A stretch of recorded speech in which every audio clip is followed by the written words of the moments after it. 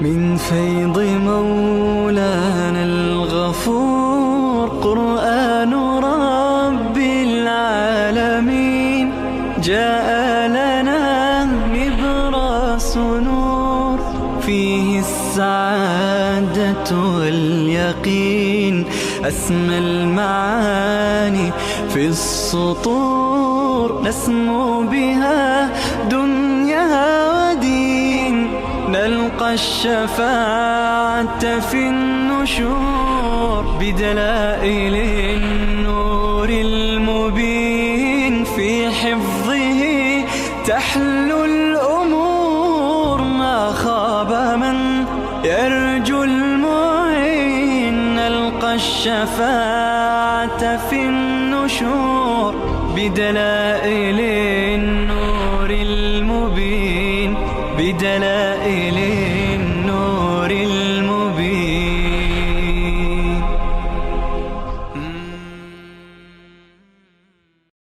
أعوذ بالله من الشيطان الرجيم.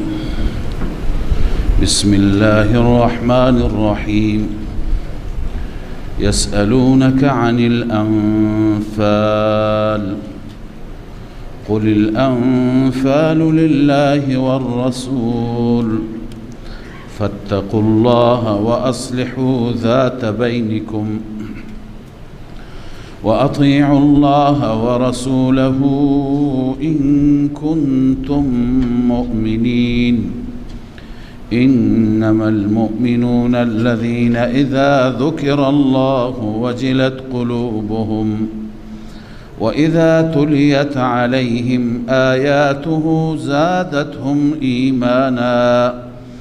زادتهم إيمانا وعلى ربهم يتوكلون الذين يقيمون الصلاة ومما رزقناهم ينفقون أولئك هم المؤمنون حقا لهم درجات عند ربهم ومغفرة ورزق كريم. صدق الله العظيم. اللهم صل على سيدنا وشفينا وحبيبنا ومولانا وأصحابه وبارك وسلم. سبحانك لا علم لنا ولا فهم لنا إلا ما علمتنا. سوره مبارکه اعراف خوانده شد. قبل از این سوره به پایان رسید به توفیق الله و این سوره انفال هست که شروع شد. سوره اعراف از سوره های مکی بود و سوره انفال از سوره های مدنی بود. وقتی که سوره های مکی و سوره های مدنی را دقت بفرمایید فرقشون را میبینید که در سوره های مکی بیشتر مسائل اعتقادی بیان میشه، موضوع توحید، موضوع قیامت، اقوام گذشته ذکر میشه، بیان میشه، چون که مرحله ابتدایی اسلام بود، مرحله تربیتی بود، عقاید باید اصلاح می شد، شرک باید از زندگی ها بیرون می شد، انواع شرک رد می شند، ذکر می شند در سوره های مکی. اما در سوره های مدنی بیشتر بعد از توحید، بعد از اصلاح عقاید نوبت به اعمال می رسد. بیشتر در سوره های مدنی موضوع اعمال هست، احکام هست، مسائل هست، مثل جهاد، مثل نماز، مثل روزه، بقیه مسائل احکام. این فرق سوره های مکی و مدنی خیلی فرق دارند. یکی از صورت های فرق این هست و این سوره ها با هم دیگه مناسبت و ربط هم دارند. در سوره های گذشته، سوره مائده، انعام، اعراف، این سوره ها خوانده شده و در این سوره ها بیشتر در رابطه با نفی شرک، رد شرک، انواع شرک، هم شرک اعتقادی و شرک تصرف و هم شرک فعلی انواع شرک خوانده شد و الله تعالی همه صورتهای شرک را رد فرمودند. حال در سوره انفال و بعد از سوره انفال در سوره توبه، در هر دو سوره یک موضوع میاد، موضوع جهاد. مطلب اینه که اگر شرک با تبلیغ و با استدلال و با منطق از بین رفت که خوب، و الا شرک را به وسیله جهاد از بین ببرید، با مشرکان با کافران بجنگید. این موضوع این سوره هست. اما این سوره اسمش هست انفال. انفال به غنائم میگویند، به مالهای غنیمت میگویند. اصل انفال جمع نفل هست. نفل چیز اضافی را میگویند، مازاد را میگویند. شما که فرائض و واجبات را میخوانید بعد نفل میخوانید، یعنی میخواید اضافه بخوانید، بیشتر بخوانید، نفل میگویند. پس در جهاد هدف غنیمت نیست، هدف رضای مولا است، هدف اعلای کلمت الله است، هدف کمر شکستن کفر هست. اما گاهی اضافه بر هدف هم چیز گیرتون میاد، اون نفله. مال خدا به شما میده، غنیمت میده که اونها را بین خودتون تقسیم کنید. خب درباره شأن نزول این سوره و آیات اولی نوشتند که بعد از جنگ بدر خدای عزوجل غنائم زیادی به مسلمانان داد. مسلمانان قبل از اون در فقر و در تنگ دستی بودند، غنائم زیادی به دست آمد، از مشرکان به جا مانده بود، اموال خیلی زیادی بود. الان نوبت بود که اینها را تقسیم کنند. برای تقسیم آن غنائم اختلاف و بگو مگو افتاد. اختلاف عمیقی نبود، هر یکی یک نظری قائم میکرد. مثلا بعضی میگفتند این حق مال انصاری ها هست که تمام زحمت را اهل مدینه کشیدند، جا دادند، همه زمینه هجرت را فراهم کردند، اسلام را، دین عزیز را، رسول الله را نصرت کردند، یاری کردند. در جنگ بدر هم بیشترین سهم را داشتند، بیشترین افراد از اینها بودند. بس این مال اونهاست، چون حدود 70 خورده مهاجر بودند، بقیه انصاری بودند در جنگ بدر. مهاجرین یا از طرف مهاجرین بعضی میگفتن نه این حق مال مهاجرین هست، وطنشون را، ملکشون را، همه سرمایه و ثروتشون را در مکه به جا گذاشتن، الان که خدا داده این باید به اونها برسه. هنوز رسول الله اظهار نظر نکرده بود، هنوز حکمی نازل نشده بود، هر یکی نظر خودش را میداد. جوانان و پیرها هم بینشان، جوانان میگفتن باید این به جوانان برسه، چون که بیشترین جنگ را جوانها کردند و کفار را جوانها شکست دادند، کمر اونها را جوانها شکست. کهن سالها پیرمردها میگفتند که تدبیر، نقشه، برنامه، پشتیبانی، حمایت مال ما بود، لذا ما باید بی نصیب نشیم. هر کسی نظری قائم میکرد. الله عزوجل این آیه را نازل فرمود که تقسیم به دست شما نیست، جوانها ببرند، پیرها ببرند، مهاجرین ببرند، انصار ببرند. نه، انفال مال خدا و رسول هست. الله و رسول به هر صورتی که بخواهد تقسیم می کند. تقسیم را در اول بخش دوم سوره واعلموا انما غنمتم که از اونجا بخش دوم سوره شروع میشه، از اونجا الله تعالی تفصیلش را بیان کرده که چگونه تقسیم بشه. اما اینجا الله عزوجل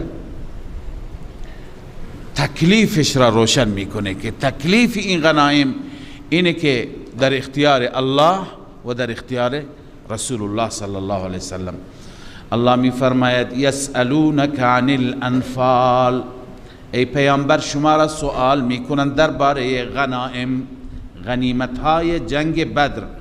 قل الانفال لله والرسول، اعلام بفرما که غنائم برای الله و برای رسول خدا هستند.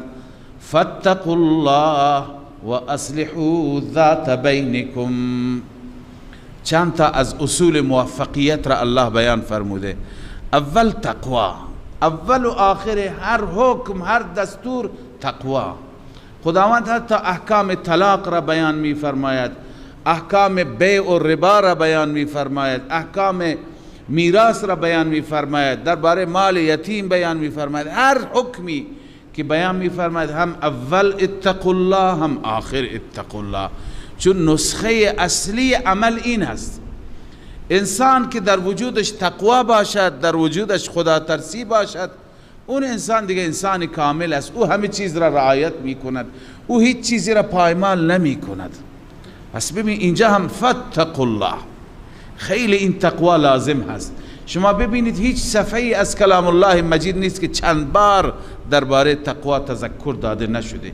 آیا اون اندازه که الله تأکید دارد ما هم به فکر تقوای خودمون هستیم؟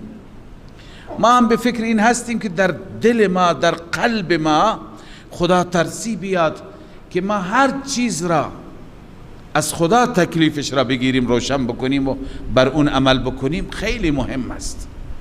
این بار بار تأکید کردن به ما پیام میده که ما باید این مسئله را جدی بگیریم، نادیده نگیریم. موفقیت دنیا و آخرت ما به تقوا بستگی داره. لذا الله میفرماید فاتقوا الله، اول از الله بترسید، و اصلحوا ذات بینکم، فی ما بین خودتان اصلاح کنید. این اصل دوم موفقیت است، یعنی حقوق العباد را رعایت کنید، حق بندگان را پایمال نکنید، تلف نکنید. یکی از مهمات زندگی این است که مسلمانان با هم مشکل داشته نباشند، اصلاح ذات البین داشته باشند. هر قومی که در اونها اختلاف آمد، چند دستگی آمد، دو دستگی آمد، این نتیجه دلیل فناء قوم هست، دلیل از بین رفتن این قوم هست. لذا مسلمان عاقل همیشه باید به فکر حل اختلاف باشد. کسی که خودش در اختلاف واقع شده سعی کند رویه‌ای را انتخاب کند، تدبیری بیندیشد که زود اختلاف خاتمه پیدا بکند، ولو اینکه با گذشت شده، با پایمال کردن حق خودش شده، این قربانی را بده، این ایثار را بده، نگذارد، اختلاف ایجاد میشه. اصلحوا ذات بینکم. مسلمانان از روز شکست خوردن که گروه گروه شدند، دسته دسته شدند، اختلاف فی ما بینشان واقع شد. و اطیعوا الله و رسوله ان کنتم مؤمنین. این اصل سوم موفقیت است. اصل اول تقوا، اصل دوم اصلاح ذات البین، یعنی با هم متحد بودن، حقوق همدیگر را رعایت کردن، به همدیگر احترام گذاشتن، و سوم اطاعت الله و رسول.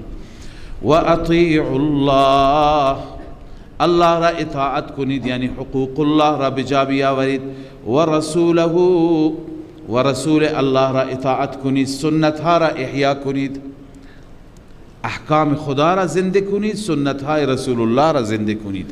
ان کنتم مؤمنین، این مقتضی اطاعت است.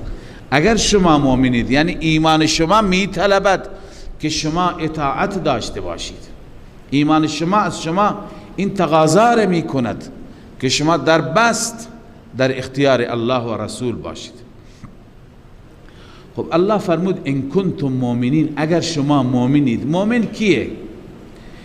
در این آیات الله عزوجل مؤمن را بسیار زیبا تعریف کرده. من و شما سعی کنیم که این گونه باشیم. این صفاتی که الله برای مؤمن بیان کرده، این صفات را در وجود خودمون داشته باشیم. اگر داریم که مبارکه. اگر نداریم تجدید نظر لازم داریم. الله می فرماید انما المؤمنون الذين اذا ذكر الله وجلت قلوبهم. وصف اول مؤمن خشیت الهی. الله می فرماید مؤمنان آنانی هستند که اذا ذکر الله، هرگاه الله یاد میشه، هرگاه الله را ذکر میکنید، وجلت قلوبهم، دلشان میترسد، یعنی از ته دل میترسند، دلشون میلرزد، تکان میخورد. یعنی لفظ الله گفته میشه دلش میلرزه. معنی این نیست که تصنعاً انسان در وجود خودش جهشی پیدا کند من ترسیدم، نه. منظور اینه که وقتی که نام الله میاد انسان از هر منکر خودش را عقب بکشد. کسی میخواد بر کسی ظلم بکند، قصد میکنه فلانی را میزنم، بهش بگو از الله بترس. همین که نام الله باشه دیگه فوراً عقب نشینی میکند. کسی میخواهد که معامله ناجایزی بکند، معامله ربوی بکند، همین که بگه الله، این الله باعث بشه که عقب نشینی بکند. یعنی الله باعث بشه که از هر منکر، از هر معصیت انسان باز بیاید. درباره سیدنا عمر رضی الله تعالی عنه هست که با وجود این جلالتی که داشت سیدنا عمر، اما وقتی که نام الله می گفت وقاف بود، فوراً توقف می کرد، فوراً ایست، یک کلمه بیشتر نمی گفت، می ترسی. وقتی که درباره مهر زنان گفت که مهرها را بیارید پایین، زنی بلند شد گفت از خدا بترس. فوراً عمر تسلیم شد، گفت خدا در قرآن گفته که اگر بهشون خزانه ای دادید هم پس نگیر. خدا به ما اجازه داده که برای ما به عنوان مهر یک خزانه را هم انتخاب بکنند.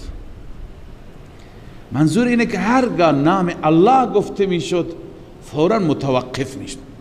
ما ایمانمان باید اینطور باشه که هر تصمیمی گرفتیم کسی نام الله را جلوی ما آورد باید تکان بخوریم، باید جلوتر نریم اگر نام الله مانع هست. لذا اولین وصف مؤمن خشیت است، از خدا می ترسد. اگر یه چیزی در یک چیزی غفلت کرده، تصمیم نادرستی گرفته، شما بیا او را یادآوری کن، نام خدا را جلوش بذار، به خاطر خدا نکن. این نام الله در وجود او، در بدن او، در دل او لرزش ایجاد کند و عقب نشینی کند. این هست صفت اول مؤمن. اذا ذکر الله وجلت قلوبهم، هرگاه الله یاد بشه دلشان می لرزد، می ترسد. و اذا تلیت علیهم آیاته زادتهم ایمانا، هرگاه بر آنان آیات الهی تلاوت می شود ایمان نشان را می افزاید. آیات موجب افزایش ایمان میشه، آیات خدا تقویتش میکنه. این در صورتی هست که بفهمید آیات خدا چی میگه، مراد الله را از آیات الله بفهمیم. و آیات الهی همینطور الفاظش که نفهمیم هم اثر خودش را دارد. آیات وقتی که زیبا خوانده بشه، زیبا تلاوت بشه، هم در انسان یه تأثیر خاصی دارد. اما در مؤمن،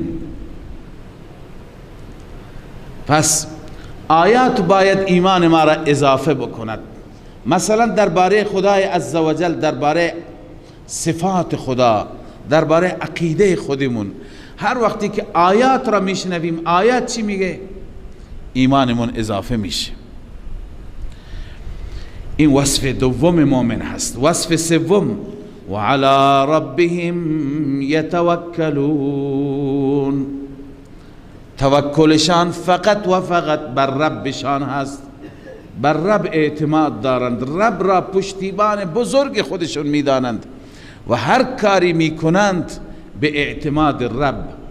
شما اگر تجارت هم میکنید، فقط این در دین نیست، تجارت صالح هم دین هست. شما اگر تجارت میکنید، تجارت حلال، تجارت درست، جائز، ریسک بزرگی میکنی، هم توکل بر رب میکنی. این دلیل ایمانت هست. به زرنگیت، به اسباب، به امکانات، به شرایط بازار، به اونها هیچ توجه نمی کنی. میگی من رب دارم، بر رب توکل میکنم، رب من موفق میکند. هر کسی که توکل بکند در هر کاری، الله عزوجل متوکلین را دوست دارد. در چند جای قرآن آمده که خداوند متوکل را دوست دارد. شما که کسب و کارتون را خودتون میکنید، زحمت را خودتون میکشید، اما در عقیده، در فکر شما این را داشته باشید که این حرکت من یک سبب هست، تا خدا نخواهد هیچ چی نمیشه و واقعا در ته دل توکل بکنید. الله عزوجل خیلی این عقیده را میپسندد و بسیار دوستش میدارد. اگر امکانات و اسباب به ضرر شما باشد، اسباب به ضرر شما باشد، بازم الله تعالی زمینه را فراهم میکند که اسباب به نفع شما باشد. من شاید در گذشته قصه یک عالمی را که خودشون قصه خودشون را نوشتند در جایی تعریف کردم که یک عالم بزرگواری، ایشون کتاب فروش بوده،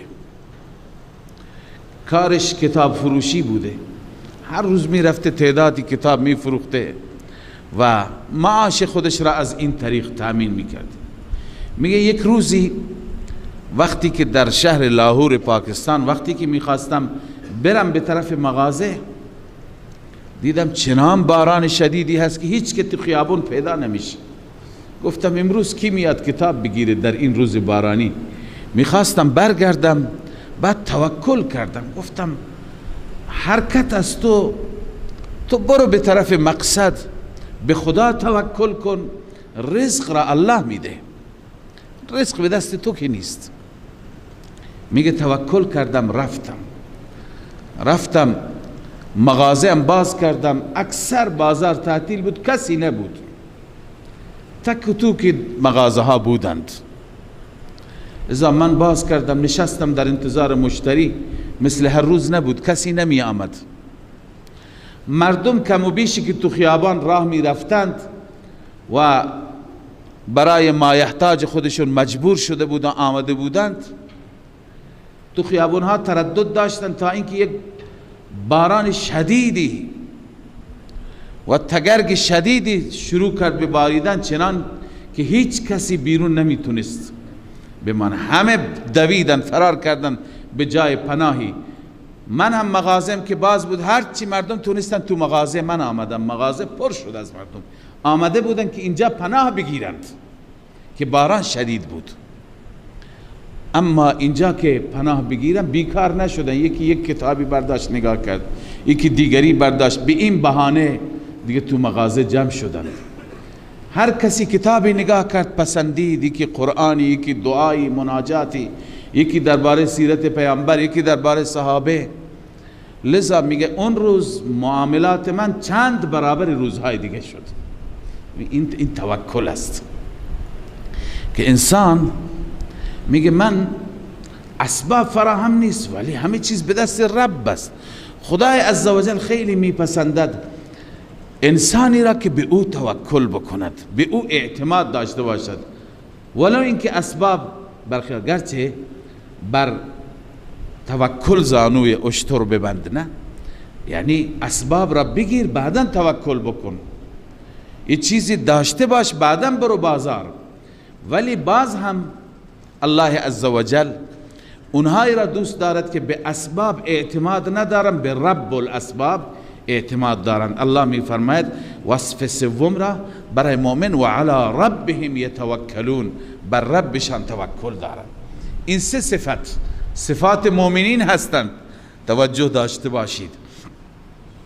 صفت چهارم الذين یقیمون الصلاة، مؤمنان کسانی هستند که برپا می‌دارند نماز را، در نماز خودشان کوتاهی نمی‌کنند، اقامه می‌کنند نماز را. اقامه نماز با خواندن نماز خیلی فرق می‌کند.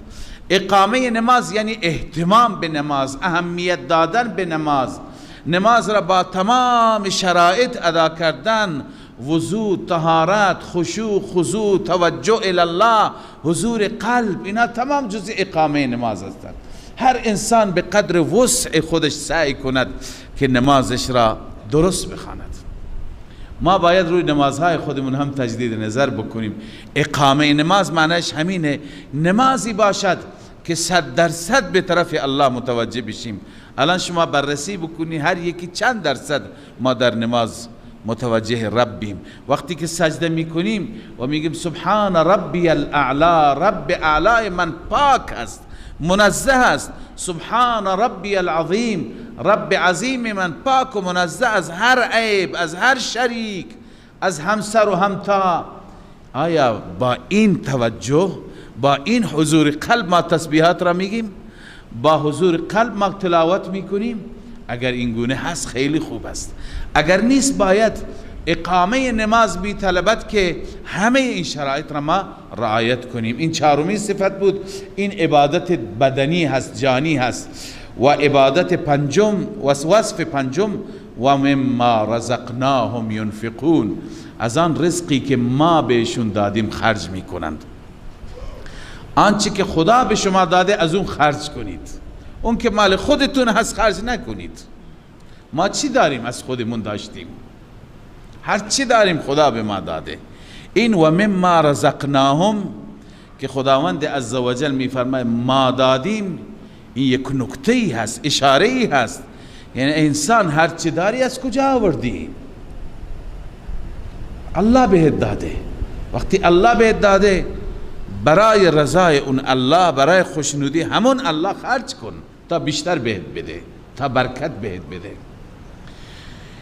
اگر در قرآن دقت بفرمایید هر جا در کنار عبادت جانی عبادت مالی هست. خیلی ها هستن عبادت های جانیشون خوبه، نماز برابر، عرض کنم نماز شب، قیام اللیل، تهجد، همه خوب، اما خداوند ثروت کلانی بهشون داده، در خرج کردن مشکل دارند. عبادت، هر عبادتی به جای خود و هر عبادتی تأثیرات خودش را دارد.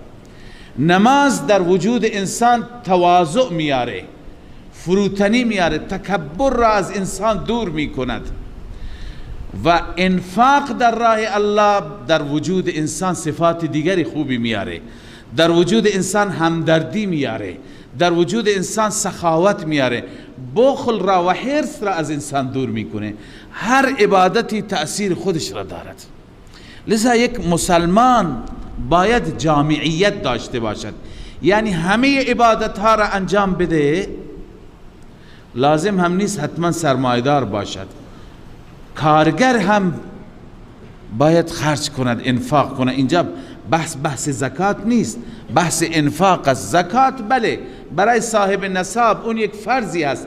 انفاق اونی که الله عزوجل بهش داده 30,000 تومان در روز درآمد داره، 500 تومان 1000 تومان را بده به اندازه وسع خودش، به اندازه توان خودش. لذا این باعث میشه در وجود انسان سخاوت بیاد، انسان از بخل، از حرص، از صفاتی که رب دوست ندارد و بیشتر اینها صفات منافقین هستند، از اینها انسان فاصله میگیرد. خب این 5 صفت را خدا بیان کرد. اولین دوباره این 5 صفت را، چون که بر این صفت 5 صفت الله عزوجل یک لقبی زیبا به ما میدهد اگر این 5 صفت را داشته باشیم. اولی این بود که در دل باید خدا را داشت، هرگاه که خدا ذکر میشه باید دل لرزید و ترسید. دوم این که هرگاه آیات خدا تلاوت میشه ایمان تقویت میشه، اضافه میشه. سوم توکل، چهارم اقامه نماز، پنجم انفاق در راه الله.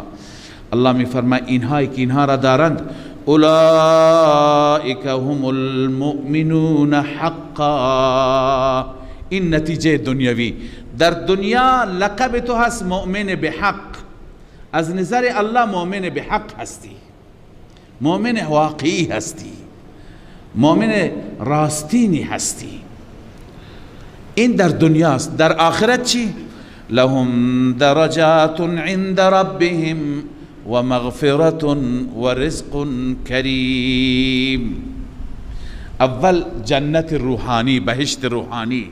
لهم درجات عند ربهم، نزد رب جایگاه دارد، نزد رب درجات دارد، عزت دارد. انسان وقتی که در دنیا پیش یک مقام دنیوی میره و میخواد پایین بشینه، اون کسی که در دنیا صاحب عزت و جلال هست، استاندار هست، وزیر هست، رئیس هست، اون میگه بیا اینجا نزدیک من بشین. چقدر انسان خوشحال میشه، میگه به من هیچ پذیرایی دیگه نمیکرد، همین که جلوی مردم به من احترام گذاشت برای شخصیت من کافیه. لذا درجات عند ربهم، نزد رب، نه نزد یک مقام دنیوی. این امتیاز بزرگی هست. دوم و مغفرت، مغفرت است، بخشش گناهان. مغفرت دفع مضرت است. مغفرت که بشه دیگه هیچ ضرری شما را تهدید نمی کند، هیچ خطری برای شما نیست. آیا همین اندازه؟ نه، از ضرر که نجات یافتی، از جهنم که نجات یافتی. و رزق کریم، این جنت جسمانی هست، رزق معزز. چه روزی هایی، چه رزق هایی. بعضی را در قرآن الله ذکر کرده، بعضی را ما هنوز نمیفهمیم، تازه متوجه میشیم انشاءالله اونجا که بریم. پس این سه چیز برای مؤمن واقعی هستن، نتیجه اخرویش هستن. خب این مقدمه بود. کما اخرجک ربک من بیتک بالحق. از اینجا اشاره هست به سوی جریان بدر. ما جریان بدر را و واقعه بدر را در همین سوره انشاءالله مفصل میخوانیم. از اینجا آغاز میشه. الله میفرماید که همان گونه که رب تو شما را از خانه تان بیرون کرد بالحق، یعنی با حکمت. اینجا حق به معنی بالحکمت و الصواب هست. خدا شما را ای محمد صلی الله علیه و سلم از خونه تون بیرون کرد، از حجره تون بیرون کرد به طرف میدان جهاد. توش حکمت بود، صواب و راه درست همین بود. کما بعضی گفتن تشبیه هست، بعضی گفتن کاف تعلیلیه هست. علت اینکه چرا انفال، چرا غنیمت ها را پیغمبر باید تقسیم بکند؟ لما اخرجک ربک، چون که خدا تو را بیرون کرد برای این جهاد، اکنون به دست تو باید باشد. یا بعضی میگن کما اخرجک تشبیه هست، یعنی همان طوری که هر یکی از مسلمانان خودشون رضی حق میدانستن ما تقسیم بکنیم غنیمت ها را، خدا گفت نه، حق شما نیست، برای شما مسلمانان ناگوار بود، همانطور که برای تو ای پیغمبر برای تو ناگوار نبود، برای بعضی از مسلمانان ناگوار بود رفتن به میدان جنگ. خود طبیعی هست، هر انسانی از مرگ می ترسد. عرض کنم خدمت شما که در جریان بدر چطور شروع شد. سال دوم هجری بود. قبل از این جنگ های کوچک کوچک اتفاق افتاده بود. 1 نفر، 2 نفر، 3 نفر شهید شدند از مسلمانان، از کفار هم کشته شدند. سریه های کوچکی، درگیری های کوچکی، چون که دشمنی بود. هر جا هم دیگر را میدیدن تو راهی میزدن. 5 شتر سوار این طرف، 10 اون طرف، اینا با هم دیگه درگیر میشدن. اما جریان بزرگ و درگیری بزرگ که اتفاق افتاد در جنگ بدر بود. اینجا هم رسول اکرم صلی الله علیه و سلم قصد جنگ نداشتند. آن حضرت صلی الله علیه و سلم قصد کرده بودند کاروان ابو سفیان را، کاروان تجاری ابو سفیان را. من در این رابطه خدمت شما یه توضیح بدم و ذهن شما را، فکر شما را به طرف این توضیح متوجه بکنم. چون بعضی فکر میکنن که دشمن وقتی که کاروانی داشت هر وقت میتونیم بهش حمله کنیم، جلوش را بگیریم، مالش را ببریم، به حال دشمن دیگه. شرایطی گرچه هست، اما اینجا که رسول اکرم صلی الله علیه و سلم صرفاً به خاطر اینکه چون ابو سفیان است، چون اهل مکه هستند، کاروانی دارن لذا کاروانشون را بزنیم، چنین هدفی نبود. اون چیزی که در بزرگان ما، محققین ما نوشتند، این جریان یک پشت پرده ای داشت.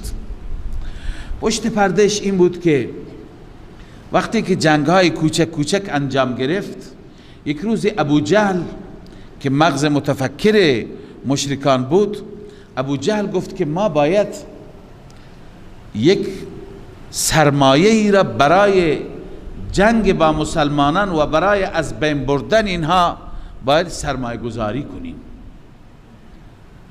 گفتند چیکار بکنیم؟ با هم نشستند، گفتند هر یک از ما یک سرمایه بذارد و یک کاروانی تشکیل بدیم، یک تجارتی برا بندازیم تا اینکه خوب سرمایه دار شدیم، خوب وضعیت ما خوب شد، بعدا انواع اسلحه، انواع امکانات بگیریم، تمام ساز و برگ را آماده بکنیم، یک ها حمله بکنیم، همه چیز را یک سره بکنیم، تمام بکنیم.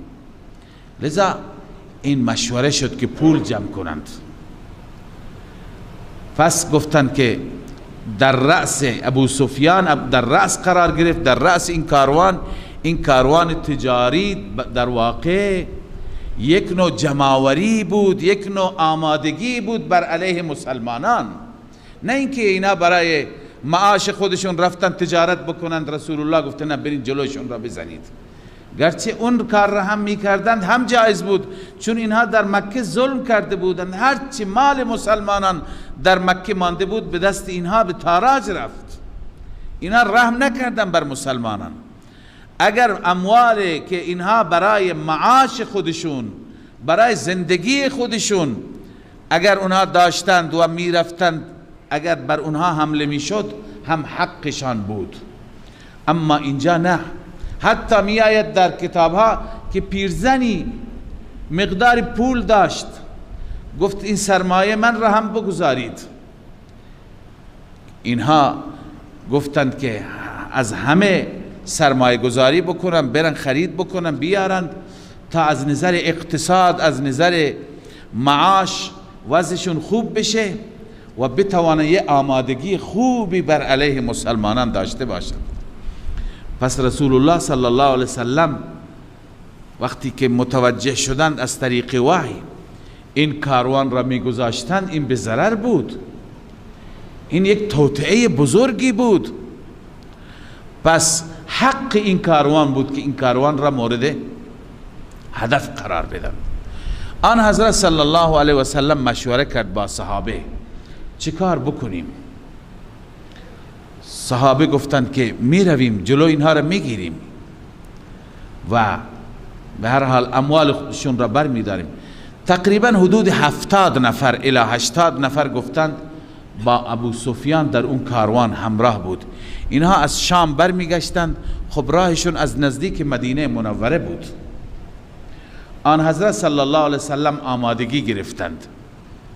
لشکری بود حول و حوش 313 نفر.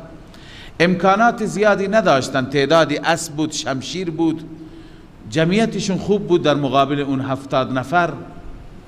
به هر حال می توانستند که به راحتی کاروان را بزنند.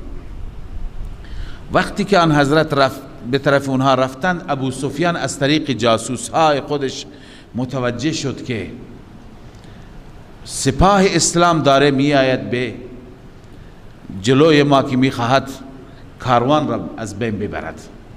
ابو سفیان فوراً راه کناره دریا را، راه ساحل را قصد کرد، مسیر را عوض کرد. مثلا مسیری که باید از پشت مدینه رفت به طرف دریا، به طرف ساحل رفت و پیغام فرستاد برای ابو جهل که به داد ما برسید که اینها به طرف ما دارن میاد. ابو جهل فوراً جمع کرد مردم مکه را، سخنرانی بسیار آتشین و حماسی کرد، همه آماده شدن، گفت هر چه دارید آماده کنید که اینها الان این اندازه قدرت گرفتن که جلوی کاروان شما را میخوان بگیرند. لذا تمام جوانان قریش و تمام سرداران خودشون، هیچ که نماند، تمام سرداران خودشون جلو شدن، جوانان پشت سرشون، حدود 1000 نفر فوراً جمع کردند با هر چی که امکانات، هر چی شمشیر، هر چی اسلحه بود. تو انبار دیگه چیزی نماند، همه برداشتند و یک شهری بود. حرکت کردن به طرف مدینه منوره. الله عزوجل به پیغمبرش وحی کرد که از این دو قافله یکی مال شماست، با هر کدوم که روبرو شدید وعده من هست که شما را پیروز میگردانم، یا کاروان یا این لشکر کفر، لشکر ابو جهل.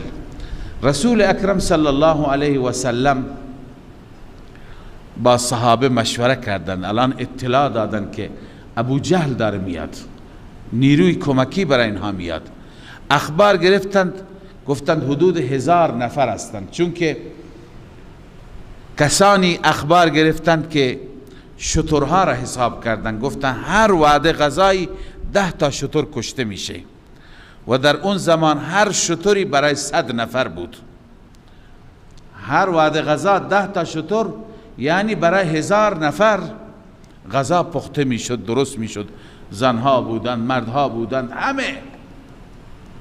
لذا یه مقدار طبیعی بود مسلمانان پریشان شدند، نگران شدند. آن حضرت صلی الله علیه وسلم چون که به وعده الهی ایمان داشت، باور داشت، دلش میخواست که با لشکر ابو جهل روبرو بشه، چون این کاروانیان عددی نبودند، 70 نفر بودند. خدا که وعده کرده، رسول الله میخواست که این لشکر را شکست بده، کمر اونها را بشکنه.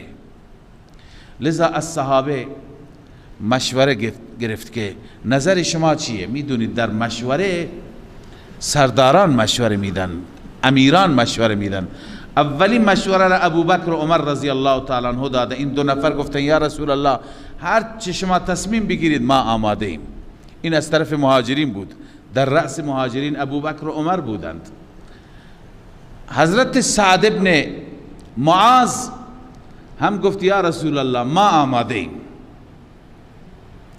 اینجا بعضی از صحابه تزلزل داشتند، دغدغه داشتند، گفتم ما که برای جنگ آماده نشدیم، ما با این چند تا شمشیر چطور بجنگیم با این لشکر؟ بهتره همون به طرف کاروانی ها بریم و اونجا حداقل مالی به دست بیاریم، به طرف لشکر ابو جهل نریم.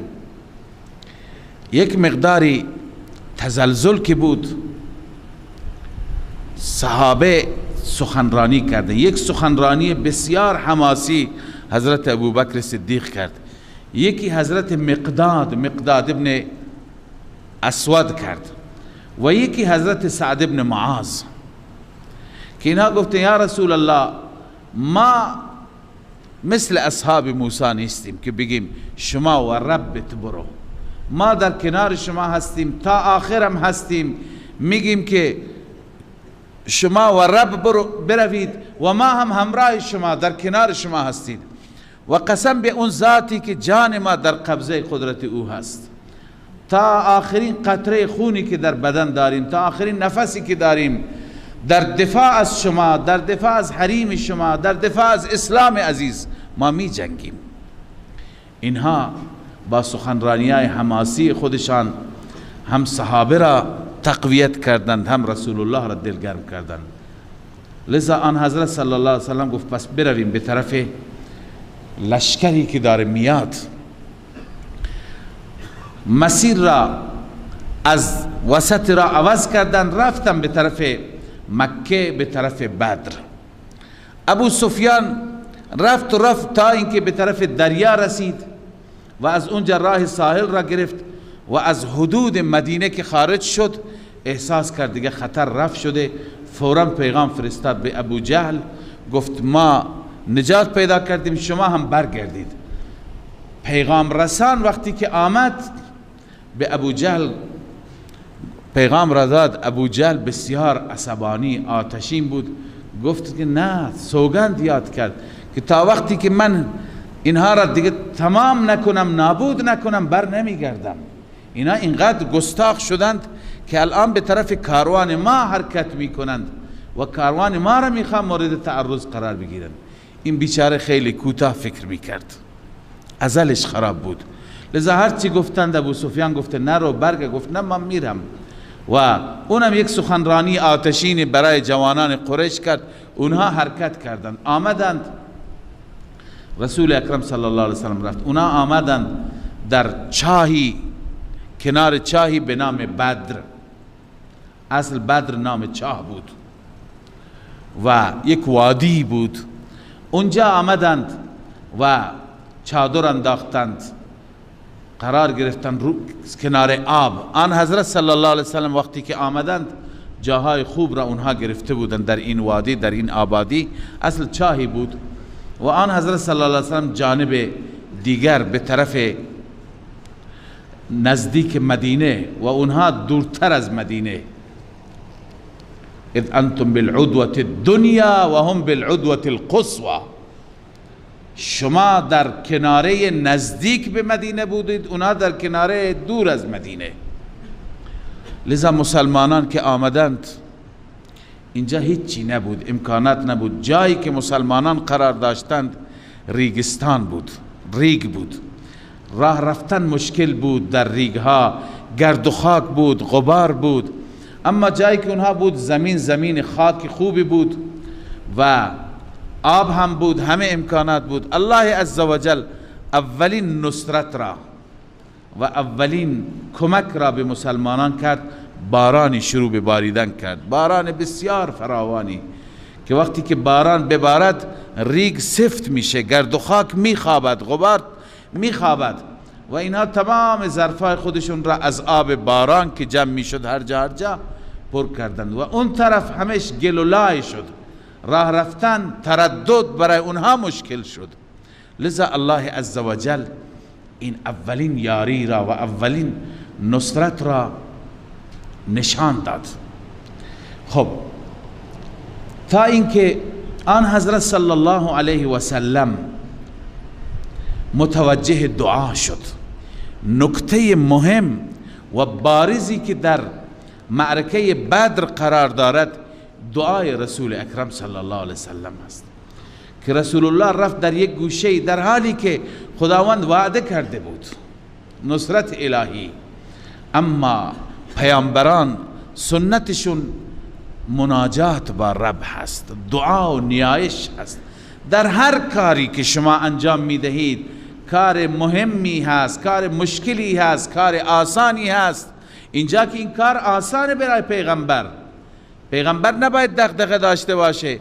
خدای عزوجل وعده کرده، خدا فرموده که یکی را اذ یعدکم الله احدى الطائفتین، خدا وعده کرده بود یکی از این دو جماعت مال شماست، شما بر اونها چیره میشید، بر اونها پیروز میشید، شکستشون میده. وعده الهی هست، ولی با وجود این دعا نیایش اینو میخواستم عرض کنم که اگر در هر کاری فکر میکنی 100% موفق میشی، باز هم از دعا غافل نباش. خدای نکرده مانعی میاد ناموفق بشی. فکر میکنی حتی تجارت، فکر میکنی که اینجا دیگه سود 100% است، اینجا هیچ ضرری نیست، باز هم از دعا غافل نباش. مبادا یه وقتی بری و دیگه عارضه‌ای، دیگه مشکلی پیش بیاد و ضرر بکنی. لذا آن حضرت صلی الله علیه و سلم یک گوشه رفت، دست به دعا برداشت، مبالغه کرد در دعا، دستها را بلند کرد، چنان دستها را بلند کرد. الان امروزه خیلی از دعا میکنن دست بلند نمیکنن، نمیدونم چرا. رسول الله چنان دستها را بلند کرد که چادر مبارک افتاد. حضرت ابوبکر صدیق گرفت چادر را دوباره بر شانه های آن حضرت قرار داد. گریه، تضرع و این کلمات. سبحان الله، چقدر پیغمبر خدا صلی الله علیه وسلم به این جماعت صحابه امید داره و دل بسته. میگه بار الها اگر این جماعت اندک را امروز در این میدان از بین ببری، دیگه در روی زمین کسی نیست تو را عبادت کند. عبادت کنندگان تو اینها هستند. دغدغه رسول الله صلی الله علیه وسلم صحابه هست، یارانش سالم بمانند، یارانش اینجا تلف نشند، از بین نروند. چنان گریه که ابوبکر رحم آمد، گفت یا رسول الله خدا وعده کرده، وعده خدا انشاءالله محقق میشه، کافی هست. از بس که بر آن حضرت صلی الله علیه وسلم فشار بود. لذا الله عز وجل این صحنه را، این میدان را و اون چی که جریان اونجا هست در این آیات بیان میفرماید.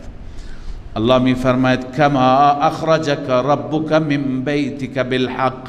عرض کردم کما یا تشبیه است، همان گونه که خداوند شما را از خانه‌ات بالحق بیرون کرد، ای بالحکمت و الصواب. یا اینکه تعلیلیه هست، لما اخرجک، یعنی انفال اختیاراتشون به شماست، به دلیل اینکه خدا شما را برای این جنگ اول از خانه بیرون کرد. و ان فریقا من المؤمنین لکارهون، همانا دسته ای از مؤمنان لکارهون، نمی پسندیدن این را. طبعا البته وقت خروج، جامع البیان تفسیر جامع البیان میشه وقت خروج، اما بعدن که به میدان آمدند سبحان الله کسی نبود که جلوی این شیرها را بیاد و حریف اینها بشه. یجادلونک فی الحق، با شما بحث میکردن بنویسید به طور مشوره، فی الحق در رابطه با اون چیزی که حق بود، درست بود.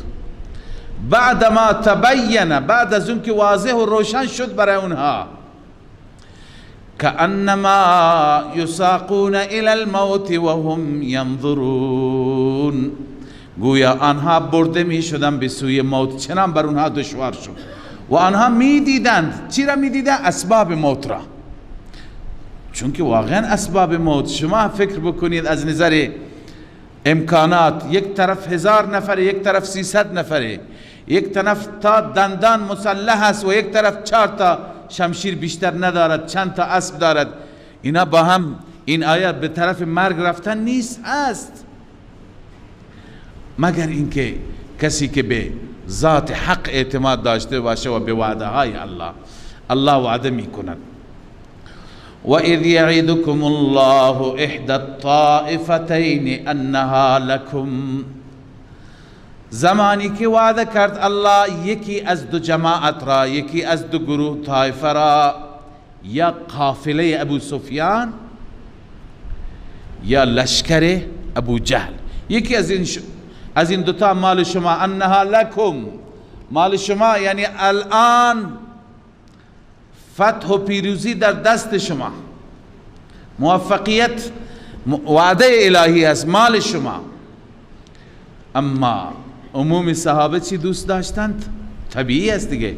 و تودون ان غیر ذات الشوکت تکون لکم، شما دوست داشتید، میپسندیدید که غیر ذات شوکت، خاردار نباشد برای شما، اونی که خار دارد اون نباشد، غیر اون باشد. کدوم خار داشت؟ لشکر ابو جهل، همش مسلح، خطرناک بود. لذا غیر از این دومی یعنی قافله. اما الله اینجا اراده دیگری داشت، عسى ان تکرهوا شیئا و هو خیر لکم، شما نمی پسندیدید اما خیر شما در همین است. و یرید الله ان یحق الحق بکلماته، الله میخواست عملا حق را ثابت بکند، بکلماته ای بوعده یا بتشریعه و تکوینه. خداوند وعده کرده بود، طبق اون وعده میخواست حق عملا ثابت بشه. چون واقعا اینجا از اینجا به بعد خیلی مردم متوجه شدن حق یعنی چه؟ اینها چه نیروی اینها را پشتیبانی کرد؟ بدون امکانات، بدون اسلحه این لشکر جرار را خار و زبون کردند. و یقطع دابر الکافرین، الله عزوجل میخواست از بیخ برکند ریشه کافران را، قطع کند. لیحق الحق، این حکمت قطع هست تا حق ثابت بشه و باطل هم باطل بشه. یعنی هر که ببیند حق کدومه باطل کدومه، ولو کره المجرمون، گرچه مجرمان این را نپسندند، مشرکان. لشکر کفر وقتی که آمد، اون ابهتی که داشت، اون شوکتی که داشت در میدان بدر، وقتی که روبرو شد دیگه کمرش شکست، دیگه اون دبدبه را نداشت، اون جایگاه را نداشت، اون عظمت را نداشت. الله میخواست همین کار بشه، لذا این کار شد. اینجا الله عزوجل از استغاثه و طلب دعای صحابه یاد می کند. تنها رسول الله صلی الله علیه و سلم استغاثه نکردن، هر یکی یک گوشه، هر یکی یا الله یا رب فتح بیار، موفقیت بیار. الله می فرماد اذ تستغیثون ربکم، زمانی که شما از ربتان اغاثه و فریاد می طلبیدید، شما از رب کمک می خواستید، بار اله ما را در این معرکه کمک بفرما. فاستجاب لکم، الله اجابت کرد. الله عزوجل چگونه اجابت کرد؟ الله تعالی چون که انسان معمولا چشمش به اسباب هست، الله عزوجل هم ذکر اسباب را آورد. الله تعالی فرمود اونها چند نفرند؟ 1000 نفرند. خب برای شما هم 1000 نفر از فرشته ها می فرستم، کافی هست یا نیست؟ یه بحثی در بین مفسران هست که آیا واقعا فرشتگان آمدن یا تقویت قلب بود؟ جمهور معتقد از فرشتگان آمدند. حتی فرشتگان را بسیاری مشاهده کردم، من جمله بحث ابلیس می آید. ابلیس که به شکلی در لشکر کفار بود، ابلیس مشاهده کرد. و بحث دوم اینه که آیا فرشتگان جنگیدند، درگیر شدند؟ اینجا هم قول محقق و درست اینه که فرشتگان جنگیدند، چون که ما در همین جا داریم که یک صحابی میگه من به طرف یک کافر رفتم، هنوز نرسیده بودم دیدم افتاد دیدم بر دهنش اثر دره و شلاق هست که شلاق خورده به دهنش افتاده، چشمش ایستاده. فرشتگان میزدند. پس الله عزوجل فرشتگان را عملا فرستاد، گرچه الله میفرماید من بدون فرشته هم شما را نصرت میکنم، اما دنیا دار اسباب است. من فرشتگان را فرستادم به هر تعدادی که لشکر کفار بود، به همون تعداد الله وعده کرد. فاستجاب لكم انی ممدكم ب1000 من الملائکة مردفین. الله می فرماید اجابت کرد الله. انی این کیفیت اجابت است، ای به انی، به این صورت که من ممدکم شما را یاری می رسانم ب1000 من الملائکة مردفین، با 1000 تا فرشته ردیف، صف بسته، پشت سر هم، در حال رژه هستند و میاند به طرف جنگ و میدان جنگ.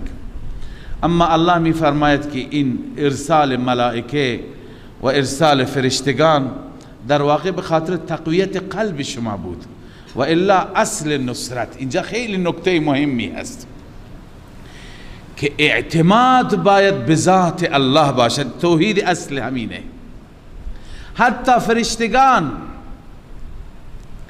اعتماد بر فرشتگان هم نباشد، اعتماد به ذات حق باشد. الله می فرماید و ما جعله الله، این حکمت انزال ملائکه است، این را الله قرار نداد الا بشرا، مگر بشارتی مجدی تا که شما به شما مژده برسد، دلتون خوش بشه. ولتطمئن به قلوبکم، تا که به وسیله این دلتان مطمئن بشه که بله اگر همون تعدادی که اونها هستن ما اون تعداد فقط کمکی داریم تا شما خوب بجنگید، قوی باشید، دلتون قرص بشه. و من نصر الا من عند الله، اما حقیقت اینه که نصرت و یاری نیست مگر از جانب الله است. یعنی نصرت و یاری با فرشته نیست، نصرت و یاری با نصرت و یاری الله است، با کلمه کن الله است. المعنى لا تحسس النصر من الملائکه علیهم السلام. معنای این آیه این هست که شما احساس نکنید که کمک از طرف ملائکه آمده. فإن الناصر هو الله تعالی لكم والملائکه. ناصر اصلی شما و ملائکه الله است. ملائکه را هم خدا کمک میکند. بله، فلا دخل للملائکه فی النصر اصلا. روح المعانی میگه ملائکه در نصرت، در یاری هیچ نقشی ندارند. اما الله عزوجل برای تقویت شما، دل شما مطمئن بشه، دل شما قرص بشه. و الا و من نصر الا من عند الله، نصرت نیست مگر از جانب الله است. باید هر مؤمنی این عقیدهش باشد. اسباب اگر دارد هم به اسباب دل نبندد، به رب الاسباب باید دل بست. ان الله عزیز حکیم، الله غالب است، هر کاری که الله بخواد انجام میده. اما حکیم، کار الله عزوجل با حکمت است. خب صحابه وقتی که ابتدا پریشان بودند، اولین نصرت عرض کردم به وسیله باران آمد. چون زمین خوبی نبود، گرد و خاک بود، ریگ بود، رفتن در ریگ مشکل بود و آب هم نبود، گرمی بود، تشنگی بود، پریشانی بود، امکانات دشمن هم خیلی بالا بود. لذا الله عزوجل هم باران آورد و هم بعد از باران بر صحابه خوابی را غالب کرد که چنان خواب رفتند که بعد از خواب بلند شدند، همه غم از بین رفته بود. حتی میگن صحابه که ما ایستاده هم خواب میرفتیم، ایستاده بودیم، شمشیر به دست ما بود، شمشیرها میافتاد. این نصرت الهی است. الله می فرماید اذ یغشیکم النعاس امنة من، زمانی که تحت پوشش قرار داد شما را نعاس خواب را میگن، خواب خفیف، چرت زدن، که امنة من، امنة مفعول له است، به خاطر آرامش شما از جانب الله، منه ای من الله.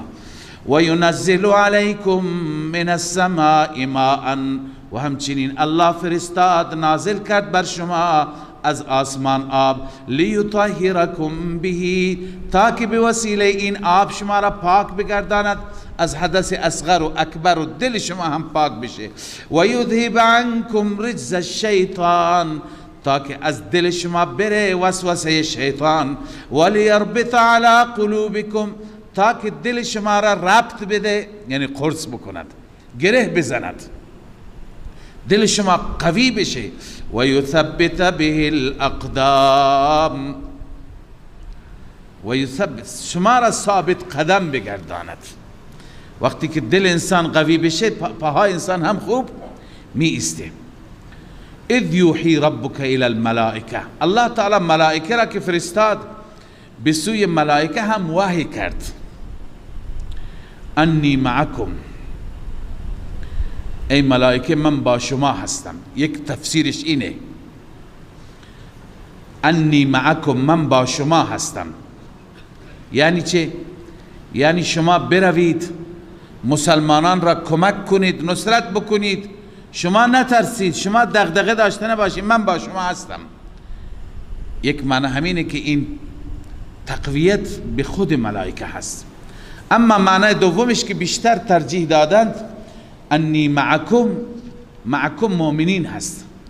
اینجا قولو مقدر است که خداوند به ملائکه گفت که قولو، شما برید به مؤمنین بگی انی معکم. ملائکه آمدن به رسول الله گفتند، رسول الله به مسلمانان گفت که ای مسلمانان، ای بندگان من، نترسید. چون این توجیه بیشتر توجیه داره به دلیل اینکه ملائکه که نمی ترسیدند. اگر ترسی بود در دل این افراد بود، صحابه بود، با توجه به اینکه اولین تجربه هست، اولین جنگ هست، بدون هیچ امکاناتی هست، لذا دغدغه فراوان بود، حق هم داشتند. لذا الله می فرماید انی معکم، ای معکم بالنصره، من با شما هستم، شما را یاری می کنم. فثبتوا الذین آمنوا، ثابت قدم نگه دارید کسانی را که ایمان آوردن، یعنی اونا را ثبات بدید، اونا را تقویت کنید. سألقی فی قلوب الذین کفروا الرعب، این بیان انی معکم هم هست که در دل دشمن شما من رعب و وحشت ایجاد می کنم. سألقی فی قلوب الذین کفروا الرعب، ان قریب من القا می کنم، می اندازم در دل کسانی که کفر کردن، رعب می اندازم. فاضربوا فوق الاعناق واضربوا منهم كل بنان، بزنید گردنها را فوق الاعناق. این کلمه فوق اضافی هست، همون قبلا خواندیم فوق اثنتین، چطور فوق اضافه بود، اینم فوق الاعناق. بزنید گردنها را، واضربوا منهم كل بنان، بزنید هر بنان، هر بند دست را بزنید. چرا دستها را؟ چون به وسیله دستها شمشیرها را می گرفتن، یعنی اونها را بزنید تا اونها از گرفتن شمشیر عاجز بمانند، نتونن به شما حمله بکنند. یا اینکه بند بند کنید اونها را، تکه تکه کنید اونها را. معمولا محاوره هست، اصطلاح هست.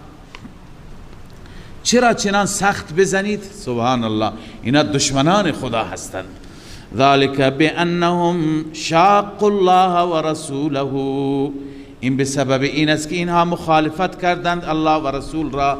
و من یشاقق الله و رسوله، هر کسی که مخالفت کند با خدا و رسول خیلی سخت است. گاهی انسان دانسته، دیده دانسته مخالفت می کند، گاهی ندانسته در جبهه کفر و در جبهه شرک قرار می گیرد و با خدا و رسول خدا مخالفت می کند.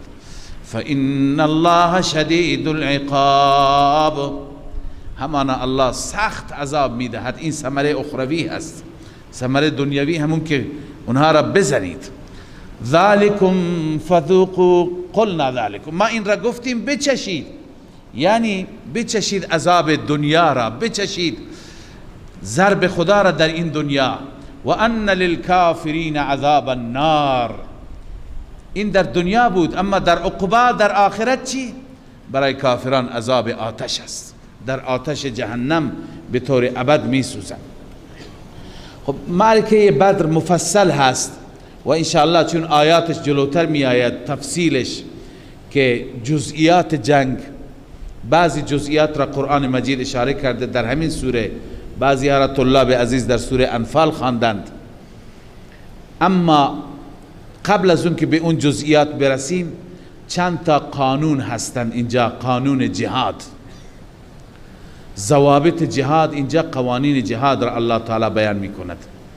خیلی مهم هست در جهاد قانون را رعایت کردن. مجاهدین باید از همه بیشتر رعایت بکنند. چرا؟ چون که اونها وقتی که اسلحه به دستشون هست احساس قدرت نکنند، قدرت از آن الله هست. چون کسی که اسلحه به دست دارد فکر میکنه که هیچ کسی جلوی منو نمیتونه بگیره، امکان در این انسان بیشتر نادیده بگیرد قوانین را، بیشتر ظلم بکند، بیشتر باید مجاهد رعایت بکند. گاهی الله عزوجل با اندک چیزی نصرت خودش را میگیرد که کمی کوتاهی میکنند. پس اینها که در جبهه ها هستند و اینطور انسانها را، بعضی ها راحت انسانها را میکشند، برای اونها کشتن انسان راحت است. اینها باید بدونند که باید قانون خدا را رعایت کنند، باید اطیع الله و رسوله را مد نظر بگیرند. در جنگ ما قانون داریم، بلا نسبت بلا تشبیه. وحشیگری نیست که هر که جلو آمد انسان بکشد، نه خیر. چنین اموری که انسان چنان اقدامی بکند که هر کس، زن و فرزند و مظلوم و حق و بناحق و همه کشته بشوند، الله راضی نمیشه. یک صحابی قبلا خدمت شما عرض کردم، حضرت اسامه رضی الله تعالی عنه میگوید من کسی را زدم در جنگ که او چندین مسلمان را شهید کرده بود. دیدم خیلی این چالاک است، اینو میزنه اونو میزنه، گردن این یکی را، دست اون یکی را. من کمین کردم و دنبالش افتادم که به محض اینکه ببینم مقداری غفلت کرد بر او حمله بکنم. به تعقیبش بودم، دنبالش بودم. همین که من متوجه شدم که الان بهترین فرصت است، حمله کردم. اون کلمه خواند لا اله الا الله. منم میدونستم از ترس میخواند. دیگه من مهلتش ندادم، زدمش، کشتم فوراً. به صورت افتخار برای رسول الله تعریف میکنه، یا رسول الله این فلان مشرک که امروز اینقدر مسلمان را زد، شهید کرد، زخمی کرد، من تعقیبش کردم و میخواستم بزنم، لا اله الا الله خواند. رسول الله فرمود بعد چی کار کردی؟ گفت زدمش. گفت زدی او را کشتی که لا اله الا الله خواند؟ گفت یا رسول الله او از ترس خواند. گفت که از ترس خواند؟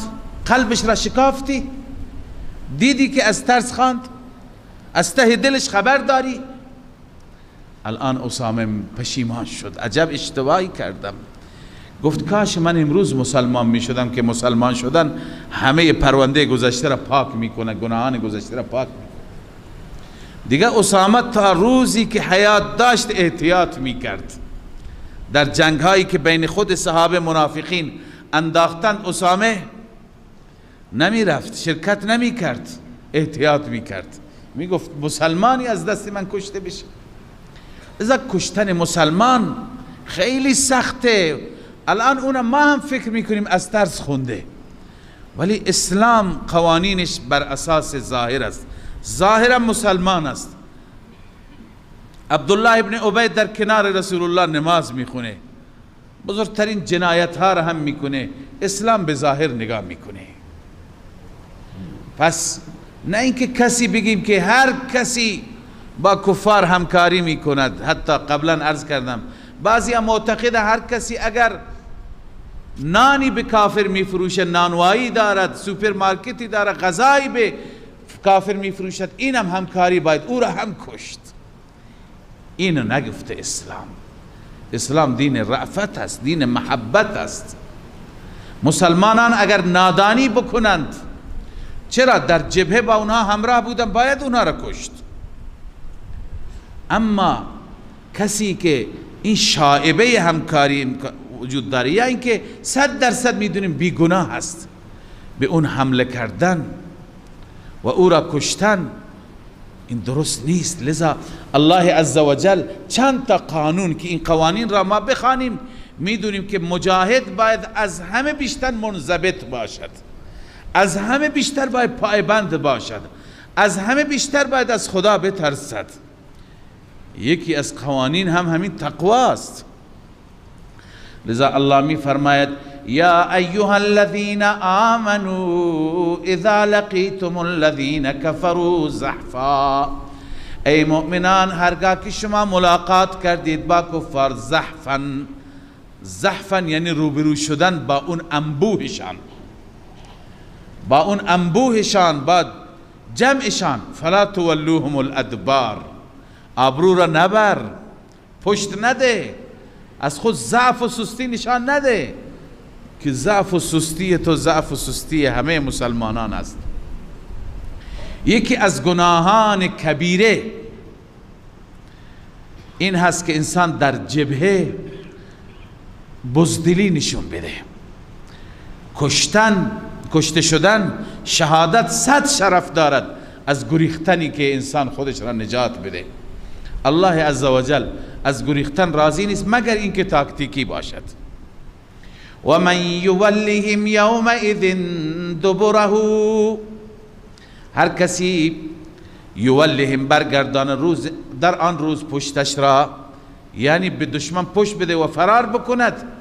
البته در دو صورت برایش اجازه هست، الا متحرفا لقتال، مگر این یک تاکتیک جنگی باشد. به این صورت که انسان از یک طرف عقب نشینی می کند تا کافر بیاد جلو، از دو طرف مثلا بقیه محاصره بکنن کافر را، یک نوع تاکتیکی هست.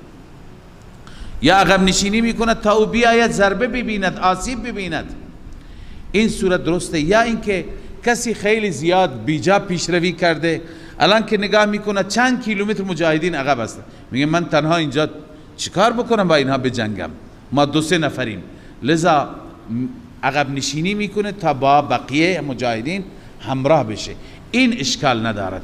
او متحیزا الی فئه، یا اینکه خودش را جمع میکند همراه با جماعت. غیر از این دو صورت هر کسی که عقب نشینی بکند فقط باء بغضب من الله و مأواه جهنم، این انسان رجوع کرده به خشمی از جانب الله و جایگاهش جهنم است. ببین چه کلمات غلیظی، سختی. و بئس المصیر، بسیار جای مسیر بدی هست، جای رجوع بدی هست. از رسول اکرم صلی الله علیه وسلم وقتی که گناهان را پرسیدن، کبائر را پرسیدن، یکی از گناهان کبیره فرمود التولی یوم الزحف، روزی که با دشمن روبرو میشی و با دشمن میخوای بجنگی، پشت بدی، فرار بکنی، خیلی گناه هست. پس مجاهدین که در واقع نمایندگی دارن از مسلمانان و همچنین بقیه کسانی که در میدانهای دیگه می جنگند، در میدانهای دیگه فعالیت می کنند، این استنباط بنده و اجتهاد بنده هست. اینها هم باید از مسیر حق عقب نشینی نکنند. نسأل الله العافیه. اما ولو اینکه برایشون سنگین تمام بشه، کسانی که در رأس امور فرهنگی هستند، امور دینی هستند، امور تبلیغی مردم هستند، امور دین مردم هستند، علما، دعات، دعوتگران، اینها اونایی که در مسیر قرآن و سنت حرکت می کنند، اینها نباید از مسیر عقب نشینی بکنند، نباید بترسند. الله عزوجل بزدل را دوست ندارد. چرا؟ باید هر کسی قوانین هر کشور را، هر ملک را رعایت بکند، خلاف قانون کاری نکند. اما اگر قانون چیزی نگفته، سلیقه افراد ایجاب میکنه، افرادی بگن شما در رابطه با فقهتون کار نکنید، در رابطه با دینتون کار نکنید، شما افراد خودتون را به سوی نماز دعوت ندهید، خب ما عقب نشینی بکنیم. این عقب نشینی گناه داره برای ما.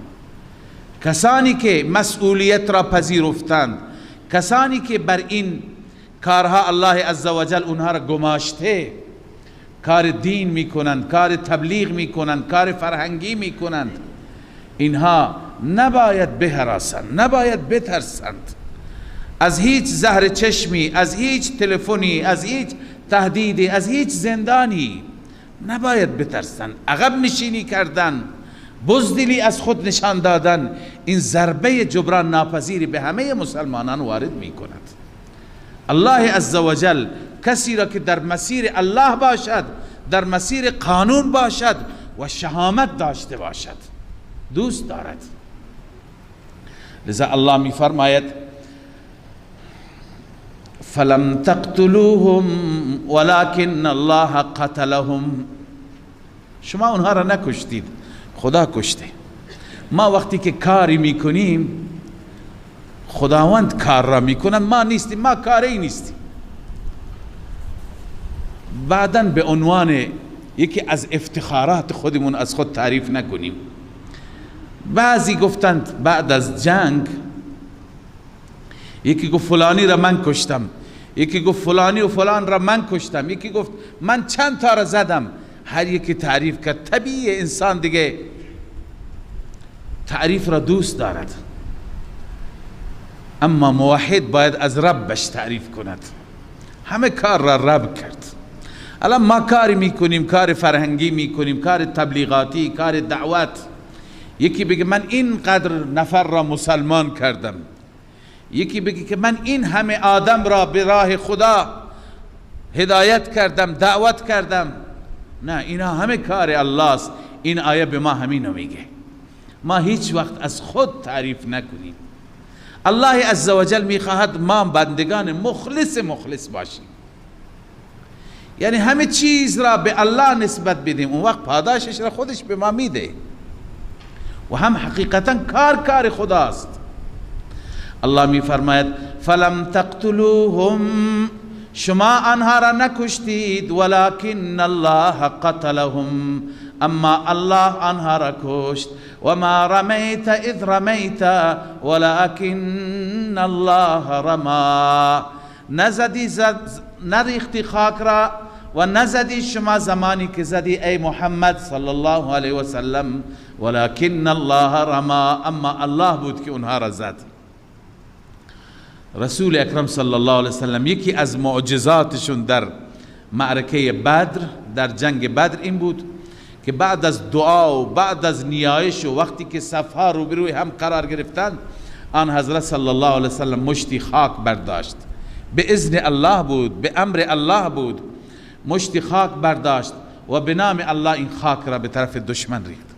الله عزوجل ذرات این خاک ریزه ها را به چشم تک تک دشمنان قرار داد که اونها اصلا دیدشون را از دست دادند، اونها ندونستند چی کار بکنند.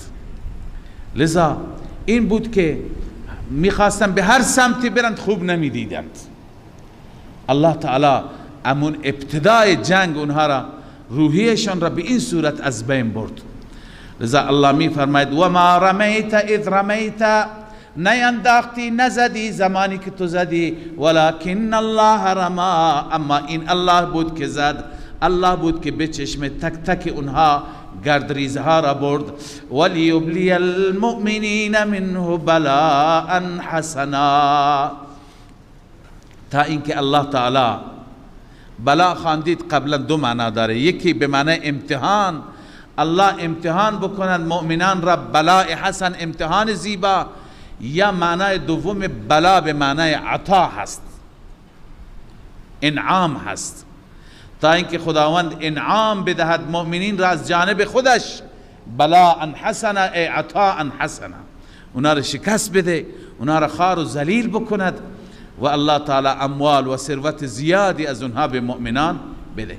ان الله سمیع علیم، الله همه اقوال شما را میشنود، از همه احوال شما باخبر دارد. بر اساس شرایط شما الله تعالی برای شما برنامه ریزی میکند. ذالکم و ان الله موهن کید الکافرین. ذالکم ای قلنا ذالکم، ما این را گفتیم، یعنی اینکه الله عزوجل اونها را شکست داد. الله میفرماید ما این کار را کردیم. و ان الله موهن کید الکافرین، این حکمتش است. و اعلموا، بدانید که خداوند توطئه کافرین را از بین میبرد. موهن یعنی اهانت کننده، ذلیل و خوار کننده، یعنی کارآمد نمیشه، بی ارزش میشه توطئهشان، به درد خودشون میخوره. الله عزوجل به ما توفیق عمل عنایت بفرماید. صدق الله مولانا العظیم.